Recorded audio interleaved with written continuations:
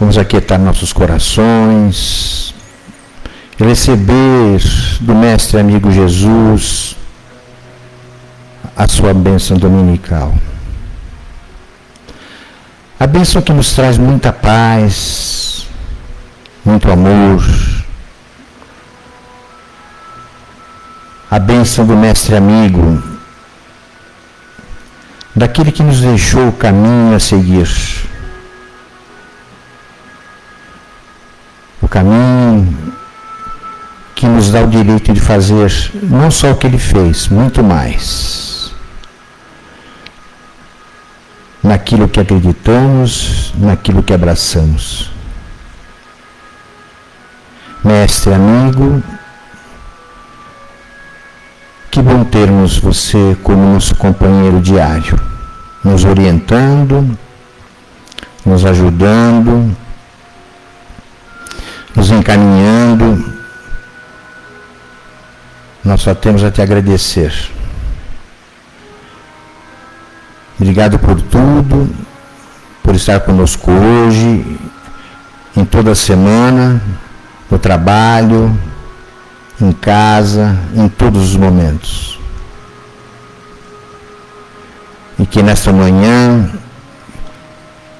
possa dar ao nosso Luiz Armando, mais uma vez, a possibilidade da lição da manhã de hoje, nos dando o ensinamento necessário para que saiamos daqui mais uma vez com nosso coração cheio de alegria, de paz, na possibilidade da prática do bem. Mestre, muito obrigado.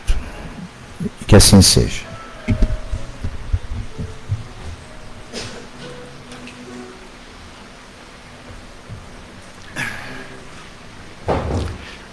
Muito bom dia.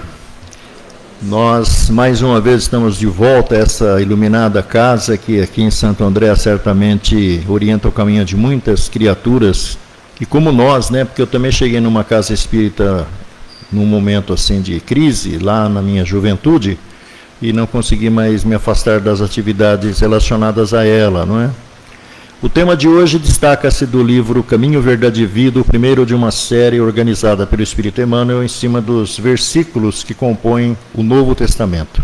A Porta Divina é o título que ele atribuiu a esse comentário que ele faz em cima de uma passagem onde Jesus diz ser a porta. E, evidentemente, a sociedade em que nós nascemos, nos desenvolvemos e chegamos a essa altura das nossas vidas, não nos deu muitas referências sobre esse assunto, não é? Nós intelectualmente fomos preparados para, evidentemente, buscar a nossa realização do ponto de vista material, muitos perseguindo títulos de nível superior, outros buscando uma escolaridade melhor, mas na realidade, até na parte da educação formal, a questão da religião foi descartada há muitas décadas, né? Graças às influências, deduzimos das sombras, né?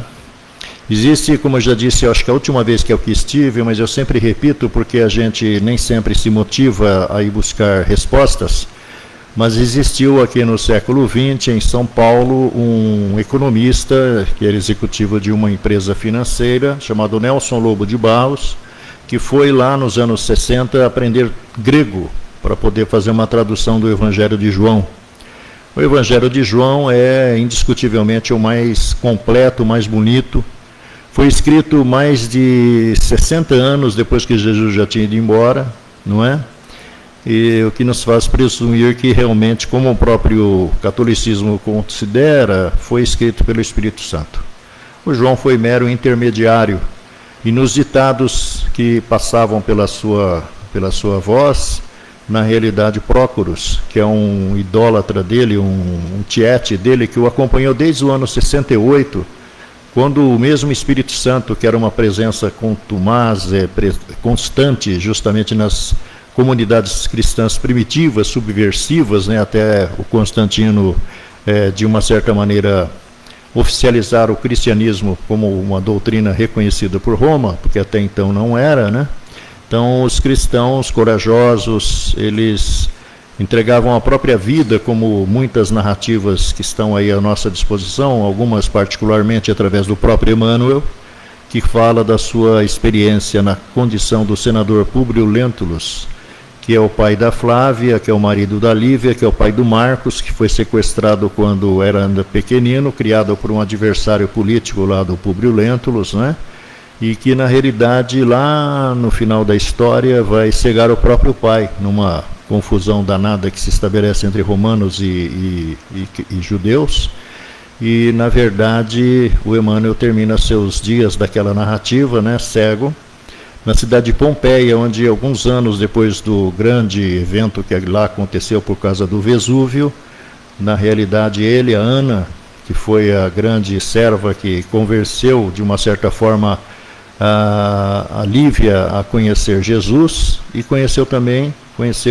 influenciou também para que a Flávia, que foi justamente para Cafarnaum, atendendo a recomendações médicas para fugir da morte, né? Porque a saúde definhava cada vez mais e os médicos achavam que a mudança de climas naquela região do Oriente talvez fosse mais saudável para a menina. E o nosso amigo Emmanuel, o Públio Lentulus da época, né? Na realidade vai comprar essa escrava, que é uma figura importantíssima. Segundo narrativas posteriores, mas depois da morte de Chico, né, através do Arnaldo Rocha, que foi um amigo próximo mesmo de Chico, a exemplo da dona Nena Galves, né, que na realidade privaram assim da intimidade de Chico, devem conhecer muita coisa. O Arnaldo já foi embora, mas antes legou-nos uma obra interessantíssima, importantíssima, intitulada Diálogos com Chico Xavier, onde ele, atendendo a um repórter lá de Belo Horizonte, acaba revelando muitas coisas interessantes, inclusive a informação de que a Ana, lá há 2000 anos, é a Maria João de Deus do século XX. E, na realidade, o nosso amigo aqui do GEM, de São Bernardo, o Dr. Caio Ramaciotti, numa das edições desse folhetinho que está ali hoje para nosso deleite, né, porque a gente gosta muito de ler, ele revelou que o Chico teria contado a ele que a Maria João de Deus, humilde lavadeira, que morreu cedo por causa da tuberculose, e depois de ter trazido à vida 9 filhos, né, o quinto dos quais o próprio Francisco de Paula Cândido, que é o nome verdadeiro do homem, né, Francisco Cândido Xavier, em 1941, por causa de uma confusão que se estabeleceu lá no trabalho dele, onde os ortodoxos religiosos lá de Belo Horizonte impuseram ao nosso amigo Dr. Rômulo Joviano uma mudança, né, de mandar o cara embora, porque o Chico, a essa altura, 1941, já estava incomodando muito com as obras que surgiam através dele, e a Igreja Católica, infelizmente, não cumpriu o papel espiritual que deveria, né? Tanto é que criou muitas confusões, mancomunou-se com o poder temporal, com dinheiro, perdeu muita da credibilidade, trouxe de volta, segundo Hermínio Corrêa de Miranda, o grande Hermínio Corrêa de Miranda, um intelectual extraordinário, na tese que ele levanta no livro As Marcas do Cristo, ele vai contar que o Martinho Lutero, o monge, ele na realidade não é outro senão Paulo de Tarso, que foi trazido a esta dimensão novamente para tentar recolocar o trilho, aliás, o grande trem no trilho, né? Mas na verdade com os 95 princípios que ele elencou, criticando a igreja como muitos outros sacerdotes faziam, né, por causa da venda de indulgências e de um monte de outras trapaças que faziam em nome do dinheiro. Na realidade, o máximo que ele conseguiu foi a reforma, e a reforma deu origem ao protestantismo, e o protestantismo alemão acabou trazendo para o mundo a versão em outro idioma que não fosse o latim, a Bíblia, não é? Graças a uma solicitação do financista que apoiou Gutenberg para criar a máquina gráfica, né, que era certamente já um momento que nascia, né, porque através da imprensa nós deixamos de depender de copistas, maior parte beneditinos, que a partir de ditados que lhes eram feitos anotavam os ensinamentos dos nossos grandes personagens da história religiosa da Terra no lado ocidental, né? Aliás, eu comentava com meu irmão ali há pouco, né, que vejo quase nada de televisão, mas sou um grande apreciador do YouTube, porque o YouTube tem informações rápidas, curtas. Você tem o bendito controle remoto na mão, que faz você viajar rapidinho de um lado para o outro. E alguns dias atrás eu descobri um pastor, que é uma verdadeira sumidade, chamado Rodrigo Silva. O homem, ele é teólogo pela Universidade Alemã, teólogo aqui pela Universidade Adventista, pela Faculdade Adventista, e teólogo pela PUC de São Paulo. Então, o cara sabe pouco de religião, né? Mas é muito lúcido, muito coerente, né? Num dos podcasts lá que eu vi ele aparecendo, ele, na realidade, indagado sobre reencarnação, ele disse para o apresentador que dá 3 versões: a versão do catolicismo, do protestantismo e a versão espírita. Surpreendentemente, a versão espírita foi impecável.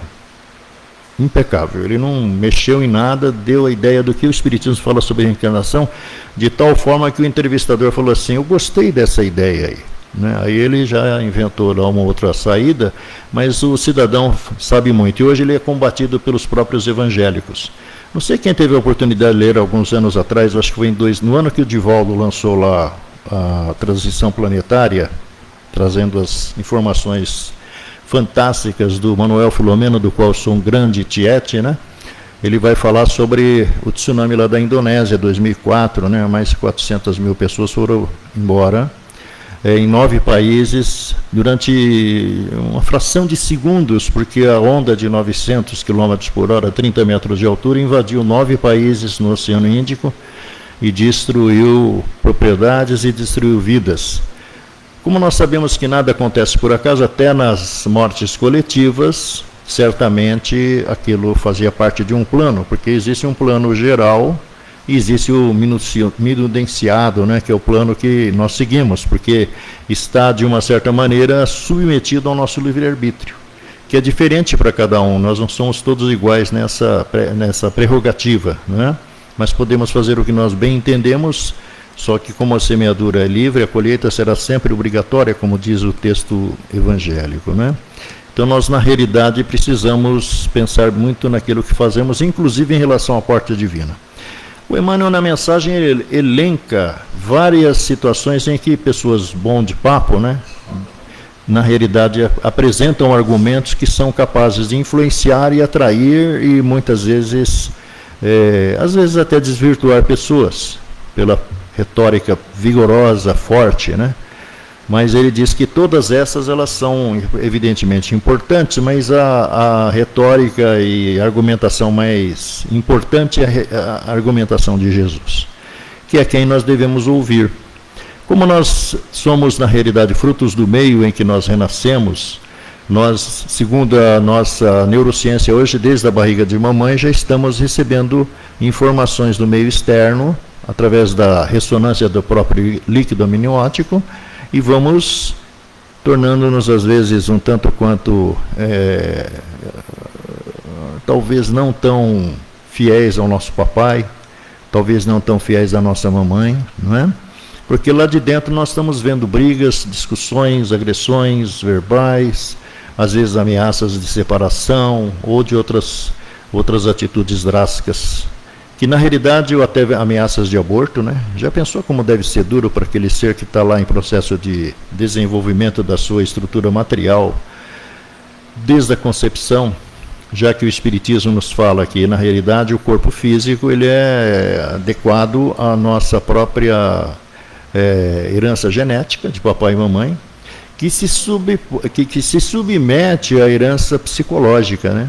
Antes da genética, que é as células masculinas e femininas, existe a psicológica, que na realidade está intimamente ligado até a forma como nós vamos renascer. Nós aprendemos surpreendentemente com André Luiz, no Missionários da Luz, no capítulos 12 e 13, que existem organizações dentro das colônias espirituais maiores que fazem programações e planejamentos reencarnatórios.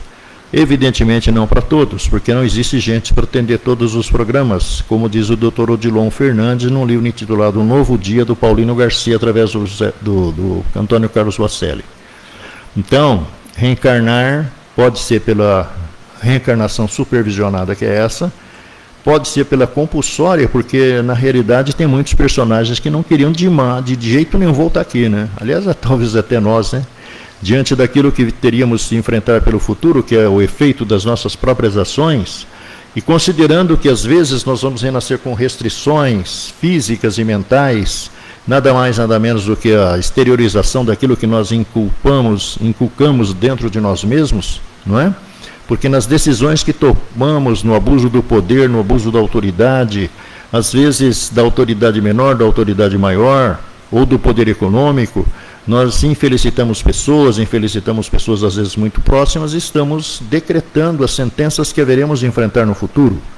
Nós estamos submetidos a uma lei chamada de ação e reação, ou de causa e efeito. Isso a gente não vai conseguir fugir.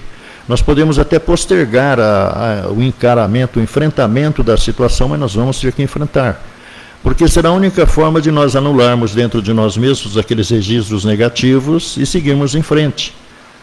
Nós temos, por exemplo, citado mais recentemente o exemplo que está no livro Cartas e Crônicas, do nosso querido irmão X, que retrata um episódio havido lá no início dos anos 60, na cidade de Niterói, no Rio de Janeiro, onde numa tarde de domingo ensolarada, depois da primeira apresentação de um grande circo americano, que é um circo que estava fazendo assim uma excursão pelo Brasil, um incêndio irrompe na lona, e o elefante que estava preso no mastro central começa a se movimentar para tentar se soltar diante do fogaréu que tomou conta da lona, e acaba derrubando o mastro, e a lona cai em cima da multidão que lá estava. Perto de 400 a 500 pessoas morreram. Aí você fala, onde está Deus? Será que Deus estava distraído? Mas não está distraído, porque o Humberto, repórter, jornalista, vai investigar onde nasce essa sentença que esses nossos infelizes companheiros experimentaram como, de uma certa forma, o resgate das suas dívidas do passado, e encontra justamente a origem disso no ano 177 da era cristã, onde na cidade de Lyon, que se tornaria uma cidade importante para nós, pelo menos espíritas, foi lá que Allan Kardec renasceu na existência recente, né? E que, na verdade, era uma das várias possessões da Lutécia. Lutécia era o nome da França à época, né? Então, uma autoridade do poder central ia passar por lá, chamado Lúcio Galo, e os dirigentes ali, os administradores da cidade, queriam propiciar a ele um espetáculo que fizesse se empolgar, porque negócio de gladiador matar cristão, de matar leão, essas coisas, ele já devia estar cansado. Então, numa reunião da comunidade que dominava ali, decidiu-se que eles iam sair na calada da noite pelas casas da própria cidade, onde sabiam habitar cristãos, crianças, homens, mulheres, velhos e assim por diante. E haveriam de levá-los para as prisões dentro das próprias arenas, conhecidas como circos ou estádios, né? Que na realidade hoje é replicado no campo de futebol nosso, né? Nas grandes arenas aí dos espetáculos, porque o romano era muito astuto, e os grandes e poderosos dirigentes do império tinham descoberto que o povo gosta mesmo de pão e circo. Ele fecha os olhos para suas próprias necessidades, para seu poder de crítica e de censura, quando está diante de espetáculos, né? Então eles criaram em todas as cidades por onde passaram, nas grandes, as arenas conhecidas como estádios ou circos. Até no sul da China foi descoberto há uns anos atrás aí uma cidade onde eles já tinham chegado e onde encontraram essas arenas. E a ideia genial dos nossos irmãos infelizes, né, que vieram resgatar suas dívidas aí no século XX, no começo dos anos 60, além de aprisioná-los, eles iam circunscrever a parte central da arena com farpas e impregnar essas farpas com resinas inflamáveis. E, ao mesmo tempo, os prisioneiros que seriam colocados ali na manhã seguinte seriam impregnados, embebidos nas suas vestes com as mesmas resinas. Aí um outro esperto lá teve a ideia de por que não pegar os cavalos aposentados do exército local e colocar em dado momento, para que além do desespero daqueles que teriam suas seus corpos incendiados por conta das roupas e das farpas, que não dava a condição deles fugirem, e a plateia estaria delirando, não é? Então eles soltariam os cavalos para que as patas deles fizessem tornar mais extraordinário e excitante o espetáculo. Então parece que nós vimos uma tragédia em 1961, mas essa tragédia não era outra coisa senão apenas a possibilidade de resgate e remissão daqueles que causaram tanta dor lá no início da era cristã. E a exemplo disso tem muitas outras coisas, né? Nós temos em São José do Rio Preto, nos anos 60 também, uma fanfarra saiu de São José do Rio Preto, de um colégio da cidade, na direção de Barretos, e faria aniversário em 25 de agosto. Ainda não existia a festa do peão do boiadeiro na cidade, nem o Hospital da Caridade, o Hospital do Amor. E na realidade o que acontece é que 2 ônibus, um deles, poucos minutos depois que saiu de Rio Preto, por uma avaria mecânica, precipitou-se nas águas do Rio Turvo, que é um rio que margeia ali a estrada que dava acesso a Barretos na época. 50 jovens morreram afogados, né? Só salvou o professor e o motorista do ônibus. O resto, todo mundo foi embora. A família de um menino, William José Gagliardi, num livro intitulado Viajaram Mais Cedo, publicado também aqui pelo GEM, já tinha assim um pouco de iniciação espírita, e o filho também tinha. Então foram a Uberaba, que é pertinho ali de Rio Preto, né? E naquela noite o William acaba escrevendo uma mensagem aos pais, dando detalhes do que aconteceu depois que o ônibus caiu ali no grande rio.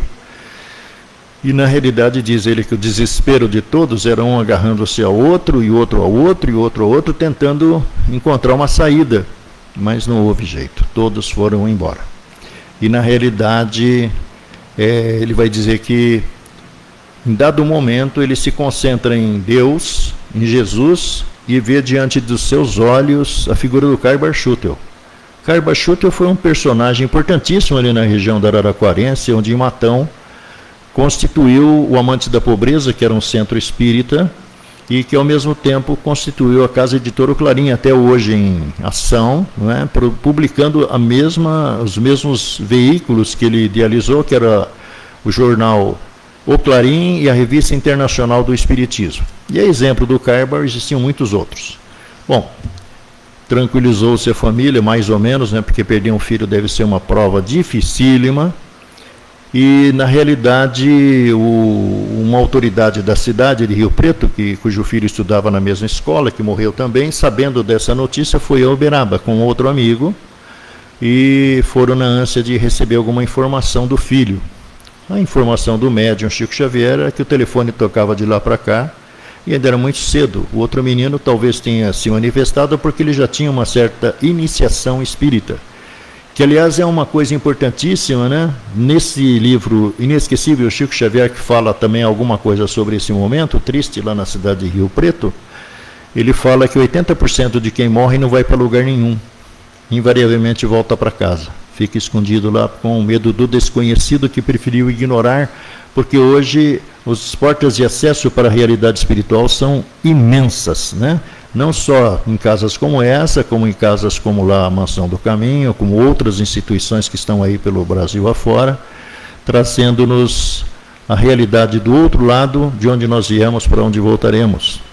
Então, como nós preferimos ignorar, temos mais dificuldade de nos readaptar lá do outro lado, embora, conforme está explicado na questão 160 do Livro dos Espíritos, quando Kardec pergunta para os amigos espirituais que o acompanhavam se nós reencontraremos nossos entes queridos além da vida. E a resposta sim. Invariavelmente eles estão lá à nossa espera, já sabem que nós vamos. Isso está confirmado numa mensagem da dona Laura Maria Machado Pinto, uma jovem de 33 anos que morre na região de Ribeirão Preto com 2 filhinhas, uma amiga e o pai da amiga que a recebia no final de férias de julho. E voltando de uma cidade próxima, um acidente de fim de tarde, um caminhão passa por cima do carro que ela dirigia, todo mundo se vê na mensagem que ela escreveria para o marido, desesperado meses depois, um publicitário. Diz ela que se viu sentada na estrada, o carro pegando fogo ali na frente, o pai da amiga também desacordado no chão do asfalto e a amiga meio atordoada. Vi os carros parando, é final de tarde, né? Eu vi coisas do tipo no tempo que eu estudava ali entre Bauru e Garça, né? Nos anos 70, mas ela viu nas imediações duas ambulâncias e um grupo de pessoas, de onde se desprende uma senhorinha que vem ao encontro dela, diz para se acalmar, que na realidade ela podia chamar essa senhora de vovó Carmela, que ela nem lembrava que tinha tido, porque tinha morrido logo depois que ela nasceu, e na realidade ela e aqueles outros estavam ali para ajudá-los, porque os acontecimentos imprevisíveis na Terra estão marcados para acontecer no mundo espiritual. Então eles já sabem a hora, somos avisados que nossos entes queridos vão voltar. Se estamos numa situação melhor, evidentemente poderemos fazer parte das equipes socorristas que eventualmente vão nos ajudar, né? Porque isso também não é lá muito comum, é só a gente ler Obreiros da Vida Eterna, do André Luiz, o 4º livro, que na realidade nos fala sobre essas equipes de desligamento de espíritos que vão voltar e que por merecimento, necessidade, são muitas vezes desligados e acompanhados nesses processos de passagem daqui para lá. Então, na realidade, o amigo lá da cidade de Rio Preto foi até o Chico no dia seguinte, na próxima reunião, e foi à procura de respostas. E o Chico deu aquela informação já dada, que o telefone é de lá para cá, que às vezes o menino não tivesse informações para já ter se familiarizado, estava em processo de readaptação. Porém, ali ao lado existia uma mulher chamada Maura Javarini, e a dona Maura estava dizendo que fez parte das equipes de resgate daqueles moços e moças que morreram naquele acidente triste. E ela, para dar certeza de que era real o que estava acontecendo, ela disse que havia morrido em 11 de maio de 1932, na cidade de Rio Preto, por suicídio.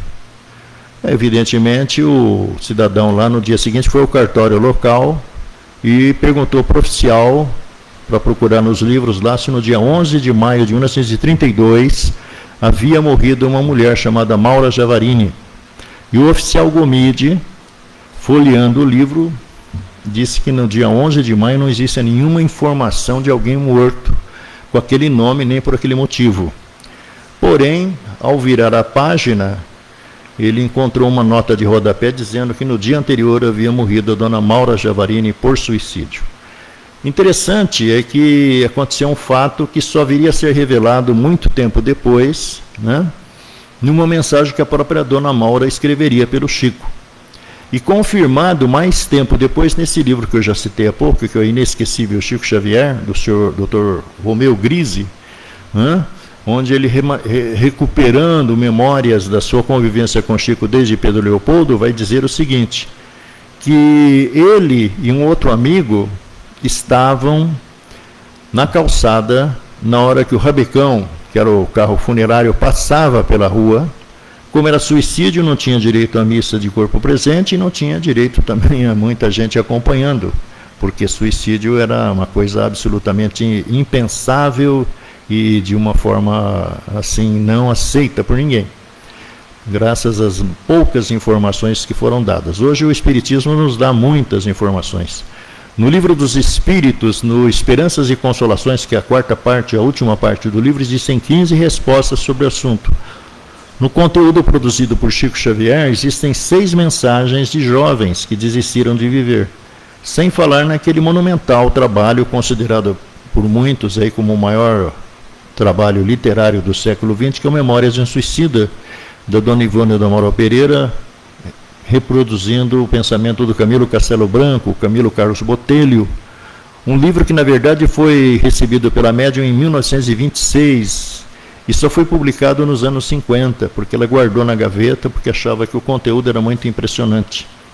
Porém, por volta dos anos 50, um dia ela avista o Leon Denis, o grande personagem da filosofia espírita, contemporâneo de Kardec, e que viveu até 1930. E o Leon Denis falou que aquele livro que ela tinha guardado era hora de publicar. Isso é 1950. Em 56, depois de vencer todas as dificuldades criadas pelas pouquíssimas editoras espíritas que existiam, né, porque a maior era a FEB, Finalmente o livro foi publicado e transformou-se num grande instrumento de orientação para aqueles que pensam nessa decisão infame, né? Cuja primeira constatação vai ser de que não morreram.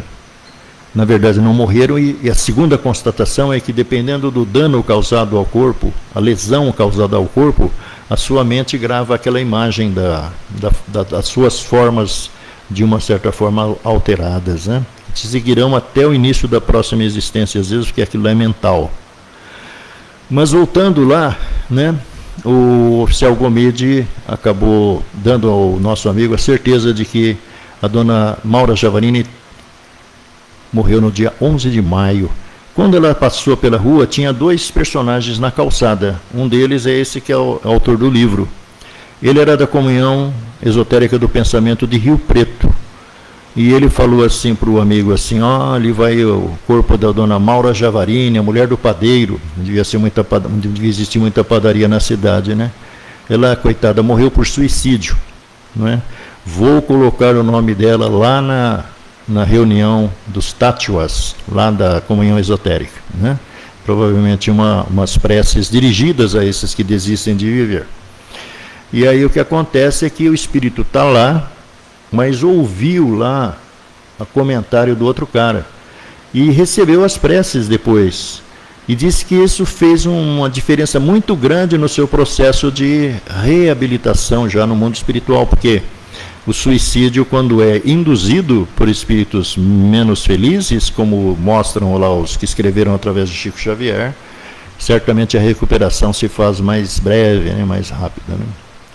Então, de qualquer forma, nós tivemos uma educação direcionada para o nosso desenvolvimento intelectual, para conseguirmos nos safar dos desafios que a vida nos imporia, sonhando muitas vezes com coisas que não alcançaríamos, certamente, que não fazia parte do nosso programa de trabalho aqui, porque a nossa vida é sempre determinada pelos acontecimentos precedentes, já que Allan Kardec fala que fisicamente você vai morrer, mas você leva consigo o conteúdo construído nas suas vivências, nas suas experiências, nos seus fracassos, nas suas vitórias.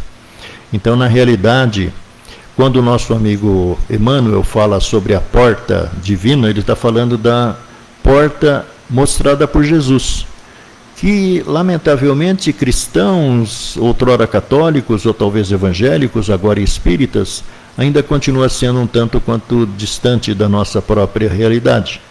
Nós, infelizmente, como os espíritos que vieram do passado para nos falar no presente através de médiuns, somos muito faladores, mas pouco fazedores. Na vida real, na vida doméstica, na vida profissional, na vida social, nem sempre nós somos representantes do Cristo, né? E vamos voltar a qualquer momento, porque não podemos nos esquecer que, encerrando o seu magistral trabalho, o professor Rivail vai organizar uma obra intitulada A Gênese, em cujo capítulo final, Os Tempos São Chegados, ele está se referindo justamente àquele prenúncio de Jesus a Mateus capítulo 24, a Marcos capítulo 13 e também a João capítulo 14, né?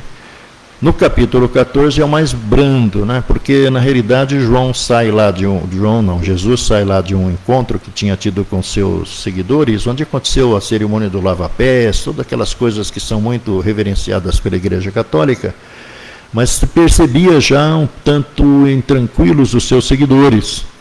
Então ele começa dizendo assim: não se turbe vosso coração, crede em Deus, crede também em mim. Há muitas moradas na casa de nosso Pai. Vou preparar-lhes o lugar. Assim não faria se assim não fosse. E vai seguir falando coisas maravilhosas. Acho que o capítulo 14 do Evangelho de João é um dos mais bonitos. Logo na sequência ele vai falar que ele era o caminho, a verdade e a vida. Quando chega no capítulo 14, né? No versículo 16, ele vai falar sobre o Consolador prometido, mas vai detalhar mais no versículo 26. Se guardareis os meus mandamentos e se me amarem, eu pedirei ao Pai e ele mandará o Consolador prometido, o Espírito de verdade, que colocará de maneira clara tudo o que está obscuro e ainda lembrará a todos daquilo que eu tenho dito. Se nós fizermos aí uma rememoração dos últimos 20 anos, dos últimos 30 anos, desde o final do século XX, nós vamos vendo que Jesus foi sendo paulatinamente cancelado pela sociedade, né? Na época de final de ano, quando o presépio lá do Francisco de Assis ornamentava a casa de muitos, a árvore de Natal do Martinho Lutero ornamentava a casa de muitos, nós acabamos abandonando muitas dessas práticas e substituindo-as pelo amigo secreto, né, que é a felicidade de todos no final do ano. Jesus já sumiu de casa. Raros são aqueles que fazem uma prece na noite de Natal, né? Ou fazem aquilo que os grandes personagens da história faziam, né? O Chico, por exemplo, era um cara que na noite de Natal, Divaldo inclusive conta várias passagens, onde ele saía pela periferia lá de Uberaba ou de Pedro Leopoldo para levar algo para comer a muitos daqueles que passavam necessidades, né? Nenhum de nós tem coragem de sair na rua numa noite de Natal para fazer alguma coisa assim. É mais gostoso ficar em casa com os entes queridos, se ainda existem, né? Para que nós degustemos coisas diferentes ou saboreemos quitutes que o valham, né? Então Jesus está esquecido. Então o Consolador prometido não pode ser outro senão o Espiritismo. Eu, como disse, né, entre as coisas que eu tenho visto, além do Rodrigo Silva, que é esse pastor da Adventista, eu tenho visto que um dia lá, um rabino, num programa desses, perguntado sobre a reencarnação, falou que a reencarnação não é uma coisa mística, a reencarnação é uma coisa científica. Um rabino falou. Aí, todos os outros rabinos descobriram que o YouTube dá dinheiro. Agora todo mundo está falando, tem dezenas de rabinos falando no YouTube. E, curiosamente, muitos deles estão tocando a ideia da reencarnação. O que é importante, porque a visão deles é uma visão não muito, talvez, aceitável. Porque eles falam que morrer, na realidade, é trazer você de volta depois para resolver coisas que você deixou pendente. Tá aí, até aí está tudo certo, né? Só que eles falam que existem 4 níveis espirituais e existem 5 corpos espirituais. Os níveis espirituais, você, segundo eu ouvi, mas não sei se entendi direito, segundo ele diz, o que não é muito razoável, é que você pode renascer com o corpo dos 5 no primeiro nível, no segundo nível, terceiro, quarto nível. Então você terá 4 corpos, 4 vidas diferentes em cada um dos níveis. O que parece para nós, pelo menos para a nossa capacidade de entendimento, um pouco insatisfatório. Mas como eu conversava com meu irmão ali, pensando por que esses caras estão falando de reencarnação de uma maneira que atinge milhões de pessoas, que assim como eu, curioso, fui ver o que os caras estão falando, tem muitos outros que fazem.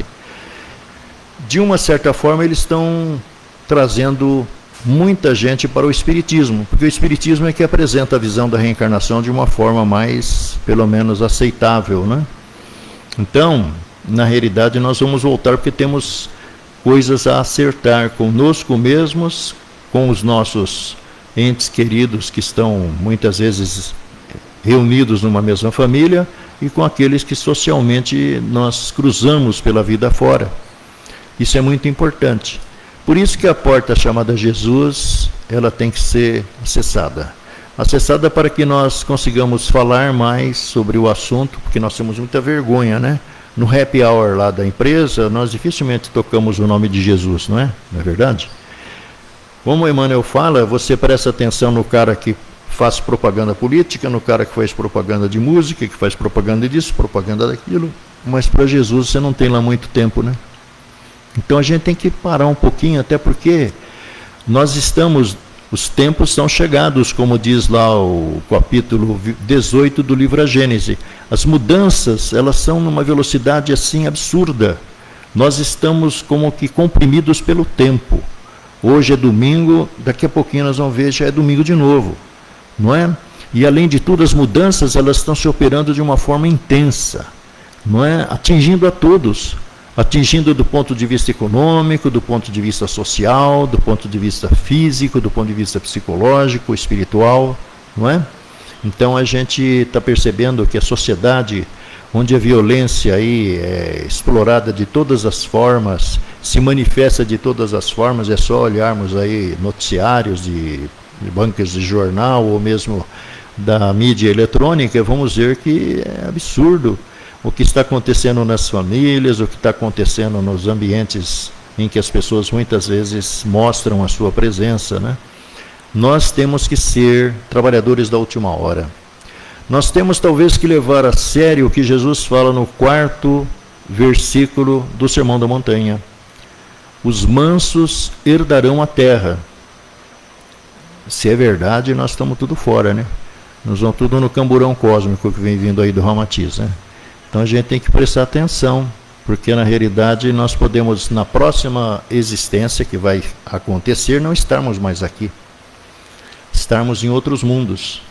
Porque essa é uma previsão do capítulo 3 do Evangelho segundo o Espiritismo, na definição de Santo Agostinho sobre mundo de expiação e provas e mundo de regeneração.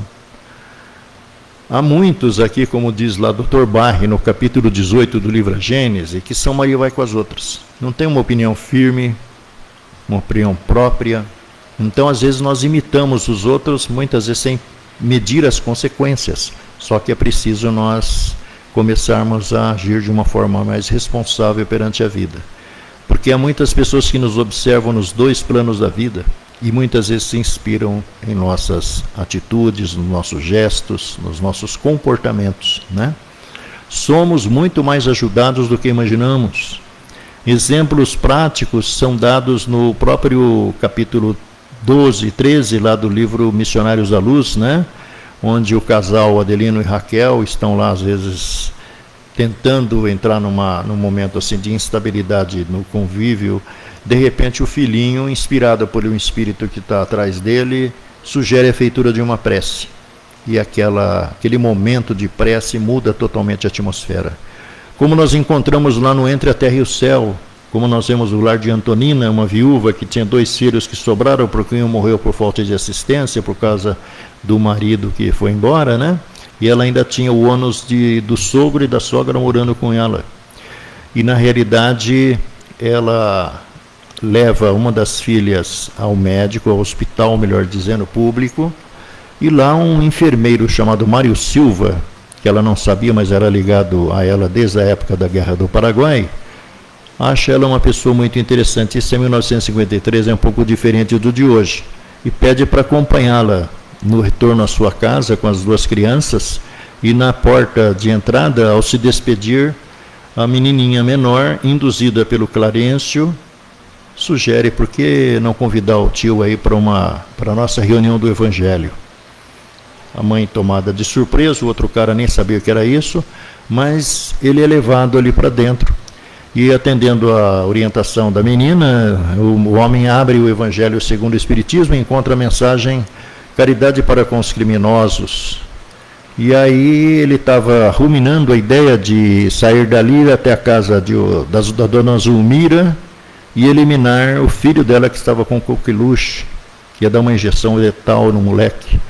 Mas na realidade o que acontece é que, ao ler aquela mensagem, ele toma o caminho da casa da dona Zulmira, que foi a noiva que o abandonou à beira do casamento, e na verdade a leitura daquilo lá faz ele entrar num conflito muito grande consigo mesmo, se deveria realmente fazer aquilo. O menino acaba morrendo mesmo, mas não por culpa dele, mas ele levou consigo a dúvida, que vai impulsioná-lo na direção da descoberta daquilo que o Espiritismo fala para nós. São 11h18 em Santo André, e orientação do nosso amigo irmão Virgílio para fazermos a prece de encerramento, sugerindo a todos que mentalizem a figura de Jesus, para que num só pensamento, num só sentimento, elevemos-nos até os planos superiores da vida, até Deus, nosso Pai, acrescentando a nossa rogativa de todos aqueles que no mundo inteiro estão apreensivos, preocupados pelos rumos que os dirigentes europeus parecem querer imprimir ao destino de todas aquelas comunidades. Que eles possam ter lucidez, sensatez, talvez sensibilidade para ouvirem a voz da própria consciência, às vezes expressa na pessoa dos seus benfeitores espirituais, para que muitas vidas sejam poupadas, para que muitos prejuízos sejam evitados. Que Deus possa, através dos seus emissários, que também se multiplicam nos diferentes setores da atividade humana, no lado invisível, possa ter acesso a eles, bem como aos nossos irmãos norte-americanos, para que realmente haja uma pacificação entre os cidadãos que já se envolveram numa guerra civil há 2 séculos atrás, para que aqui na nossa pátria e nas pátrias sul-americanas possa haver equilíbrio, discernimento entre os dirigentes, amor à pátria, amor aos seus irmãos, que certamente dependem deles nos seus negócios, nas suas atividades familiares, nas suas atividades religiosas. Agradecer por termos estado aqui, agradecer pela iniciativa, pela coragem, pela determinação do nosso querido Sr. Miguel, Dona Terezinha saudosa, que tiveram um dia a inspiração para fazer nascer essa robusta árvore que tantos frutos estende a todos os que por aqui, de uma certa forma, buscam abrigo no alimento, na orientação espiritual. Que Dona Terezinha receba nossa gratidão,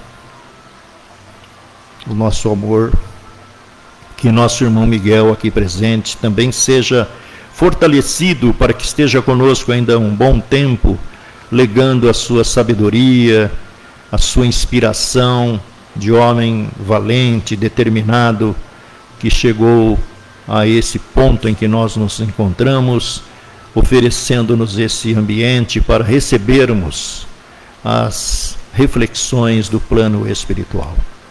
Que os demais colaboradores, especialmente o incansável Virgílio, possam seguir também nessa lida tão importante para que os trabalhos, os serviços, as atividades de retaguarda, de suporte, possam manter-se sempre de forma equilibrada, para que o conforto, o consolo, o auxílio a todos os nossos irmãos mais necessitados, materiais ou espiritualmente, possam continuar recebendo o alimento, o fruto suculento, fruto que vai certamente descedentar a nossa necessidade de orientação e direção.